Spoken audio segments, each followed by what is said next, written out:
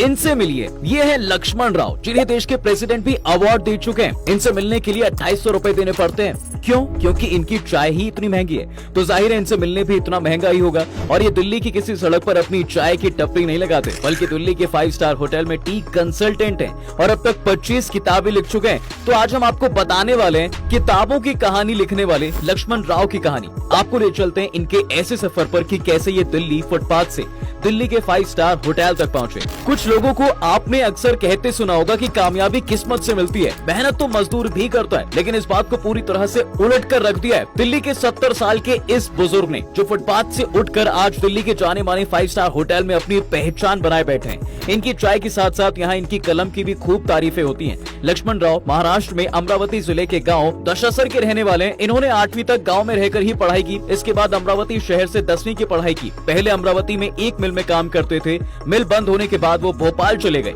जहां उन्होंने मजदूरी की। जुलाई 1977 में वो दिल्ली आ गए। यहाँ आकर भी उन्होंने काफी स्ट्रगल किया।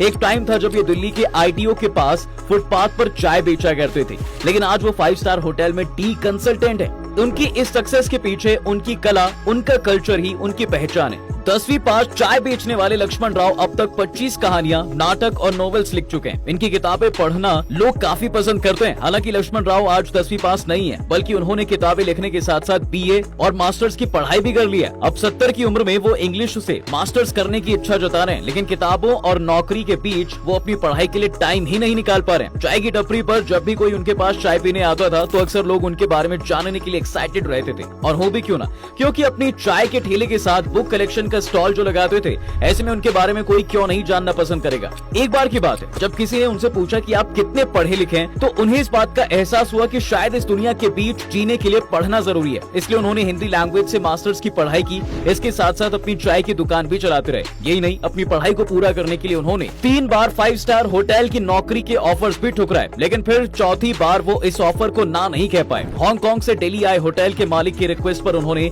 5 स्टार होटल शांग्री-ला एरोस में टी कंसल्टेंट की नौकरी ज्वाइन कर ली। अगर कोई उनसे पूछता है तो आज भी वो बताते हैं कि वो 1977 में राइटर बनने का सपना लेकर दिल्ली आए थे, लेकिन अनफॉर्चुनेटली अपनी कहानियों के लिए कोई खरीदार नहीं मिला। आखिरकार उन्हें फिर 1979 में खुद ही अपनी बुक्स पब्लिश करनी पड़ी, लेकिन ये उनके लिए आसान नहीं था। ऐसा करने के लिए उन्हें 7,000 रुपए की जरूरत थी, जो उन्होंने छोटी मोटी नौकरियां करके जमा किए थे। उनकी बुक्स हिंदी में थी। उन्होंने सेल्स और मार्केटिंग के ट्रेडिशनल तरीके को छोड़ दिया और एक यूनिक स्ट्रेटेजी अपनाई। उन्होंने हिंदी मीडियम स्कूल्स और कॉलेजेस के बाहर सड़कों पर साइकिल चलाना शुरू कर दिया और वहां पढ़ रहे स्टूडेंट्स को वो बुक्स बेचनी स्टार्ट की। इस बीच उन्हें अपना और अपनी फैमिली का पालन पोषण भी करना था, इसलिए उन्होंने उसी जगह पर एक छोटी सी चाय की दुकान खोल ली।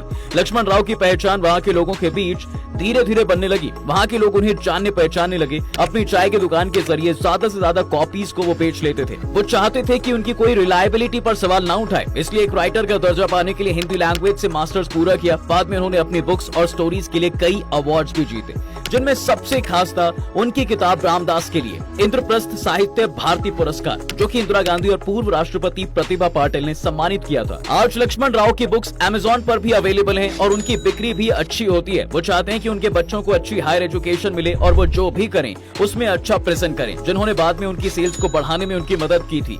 उनसे एक बार पूछा गया था वैसे कि जब आप इतनी अच्छी चाय बनाते ही हैं, तो किसी अच्छे होटल में नौकरी क्यों नहीं कर लेते? तब उनका जवाब था कि यही चाय की दुकान ही उनकी पहचान है, यही उनका ऑफिस है, यही से वो अपने परिवार के लिए 2 टाइम की रोटी कमा पाते हैं। यही वो बैठकर अपने खाली समय में अपनी किताबों पर काम करते हैं, और यही वो एड्रेस है जहां जर्नलिस्ट और पब्लिशर्स इन्हें आसानी से ढूंढ पाते हैं। उनका मेल भी यहाँ डिलीवर होता है। वो इस जगह को कभी नहीं छोड़ना चाहेंगे। लेकिन किस्मत का खेल देखो कैसा है। जब होटल के मालिक ने उन्हें कहा कि बेशक से आप होटल में नौकरी मत करना, लेकिन देखने के लिए तो चलो, वो वहाँ गए और उन्होंने नौकरी के लिए हाँ कर दी। 3 साल से वो वहाँ नौकरी कर रहे हैं। अच्छी फैसिलिटीज के साथ सभी का बढ़ावा भी उन्हें मिल रहा है। होटल में उनकी बुक्स लगी हुई हैं, लोग खरीद कर ले जाते हैं, उसे पढ़ते हैं।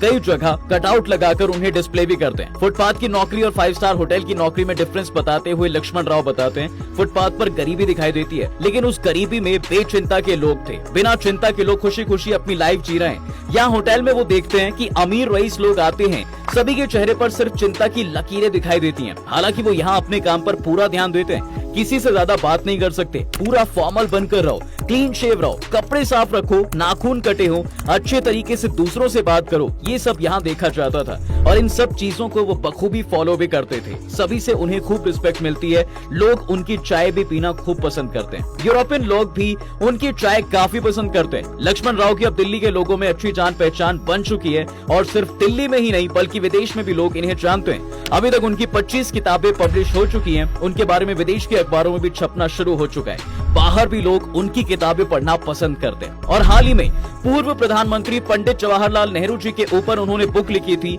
वो सिर्फ अपनी चाय या बुक्स ही नहीं बेचते बल्कि वो अब एक मोटिवेशनल स्पीकर भी बन गए। वो कहते हैं अपना गोल देखो और आगे बढ़ते जाओ, एक ना एक दिन सक्सेस तुम्हारा हाथ जरूर पकड़ेगी। वो कहते हैं अपनी जिंदगी के 30 साल उन्होंने काफी स्ट्रगल किया है, आज उसी के बदौलत वो यहाँ पर हैं। वो उस जगह को भुला नहीं पा रहे हैं। हर शनिवार को जाकर वो वहाँ पर एक दिया भी जलाते हैं। कभी कभार उन्हें बुक्स खरीदने वाले भी मिल जाते हैं। चाय वही है, किताबें वही हैं, बस फर्क इतना है कि पहले इन्हें सजाने के लिए सड़क पर जगह ढूंढनी पड़ती थी, पर अब बड़े अदब से इन्हें 5 स्टार होटल शांग्री-ला एरोज में सजाया जाता है। आपको लक्ष्मण राव की मोटिवेशनल कहानी कैसी लगी हमें कमेंट करके जरूर बताएं। वीडियो को लाइक करें, शेयर करें और ऐसे ही कंटेंट्स के लिए डू फॉलो फैक्टिफाइड।